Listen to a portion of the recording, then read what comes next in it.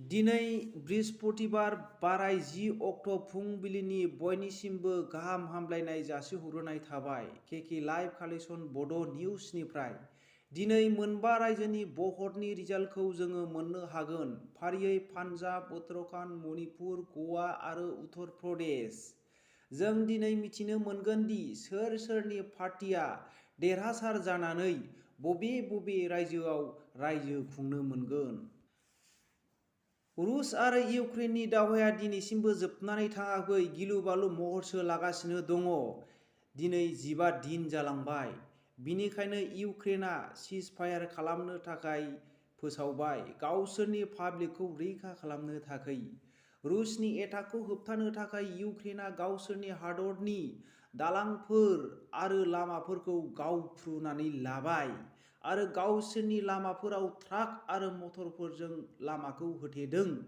दासिमाव इउक्रेननिफ्राय पाब्लिकफोरा 20 लाखनिबो बारा गावसिनि हादरखौ नागारनानै थांबाय होननानै जों सुलुंनिफ्राय मिथिनो मोनो।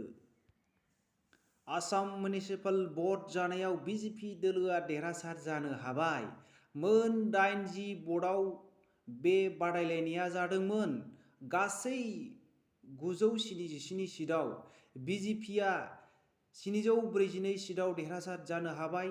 एजिपि दोलोआ 77, कंग्रेस दोलोआ 71, आम आदमी पार्टियाबो आसामाव खाता खुलिनो हाबाय होननानै जोङो सुलुंनिफ्राय मिथिनो मोनो। बे जाथायखौ खोनानानै दिल्लीनि चिफ मिनिस्टार अरविन्द केजरीवालआ गोजोननाय फोरमायहरदों आरो बिसेखिलि आसामनि chief minister doctor Himanta Biswa शर्माया गावनि पार्टिनि देरहासार जानाय सुबुंफोरनि थाखाय गाहाम हामलायनाय जासिहरो। आरोबाव मोनसे ब्रेकिं निउज, जम्मु आरो काश्मीराव बम बेरफ्रुनानै सासे जिउ खहा जाबाय आरो 4 जखम जाबाय। जखम जानाय सुबुंफोरखौ उधमपुरनि देहा फाहामसालियाव लांनाय जाबाय आरो थैनाय सुबुंखौ पस्टमर्टेमनि थाखाय फाहामसालियाव दैथायहरबाय होननानै जोङो सुलुंनिफ्राय रोखायै मिथिनो मोनो। आरोबाव ब्रेकिं निउज, भारत आरो चाइनानि सिमायाव गाज्रिनिफ्राय गाज्रि थासारि लागासिनो दं होननानै आमेरिकान इन्टेलिजेन्स कमिउनिटिआ रिपर्टआव फोसावदों। बिथांमोननि फोसावनाय बायदिब्ला आमेरिका आरो चाइनानि गेजेराव बे गाज्रि जाथाया गाज्रि महर लाबाय थायोब्ला आमेरिकानि सायाव गोबां गोहोम गोग्लैगोन होननानै।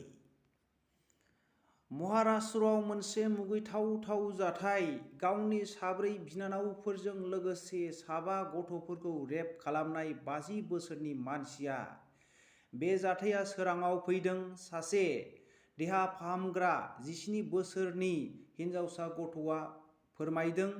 बेखौहाय देहा फाहामग्रा जायगानिफ्राय रैखा खालामनाय जादों। दा बे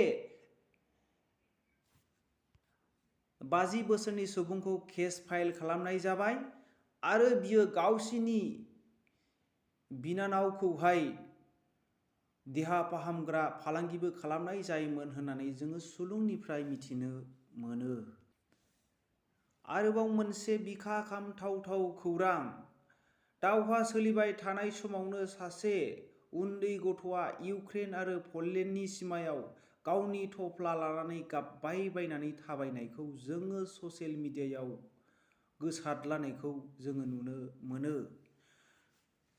प्रमद बर'आ togaisula होननानै मैया तामुलपुराव अल आसाम मुस्लिम स्टुडेन्ट इउनियनफोरा सोमावसारदों। बिथांमोनहा बुंदों दि मुस्लिमनो एसेबो सुबिदाखौ होआखै होननानै। बियो सिगां प्रमद बर'आ गोबां गोथाव बाथ्राजों गासै जनगोष्ठीखौ नायगोन होननानै बिथाङा मिटिंनि गेजेरजों आरो गोबां बाथ्राफोरजों सावरायनानै मुस्लिमफोरनो बाथ्रा होदोंमोन होननानै बिथांमोनहा बुंदों।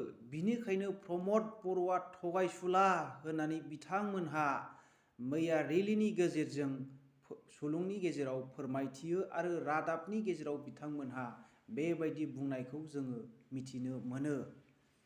मोनसे गोजोनथाव खौरां, 3rd ग्रेड आरो 4th ग्रेडनि साकरिखौ मार्च दाननि गेजेरावनो फोसावगोन होननानै जोङो सुलुंनि गेजेरजों मिथिनो मोनो आरो बे थिसननाया माब्लाबाबो जाफेरै बायदि थिसनगोन होननानै जोङो रोखायै मिथिनो मोनो।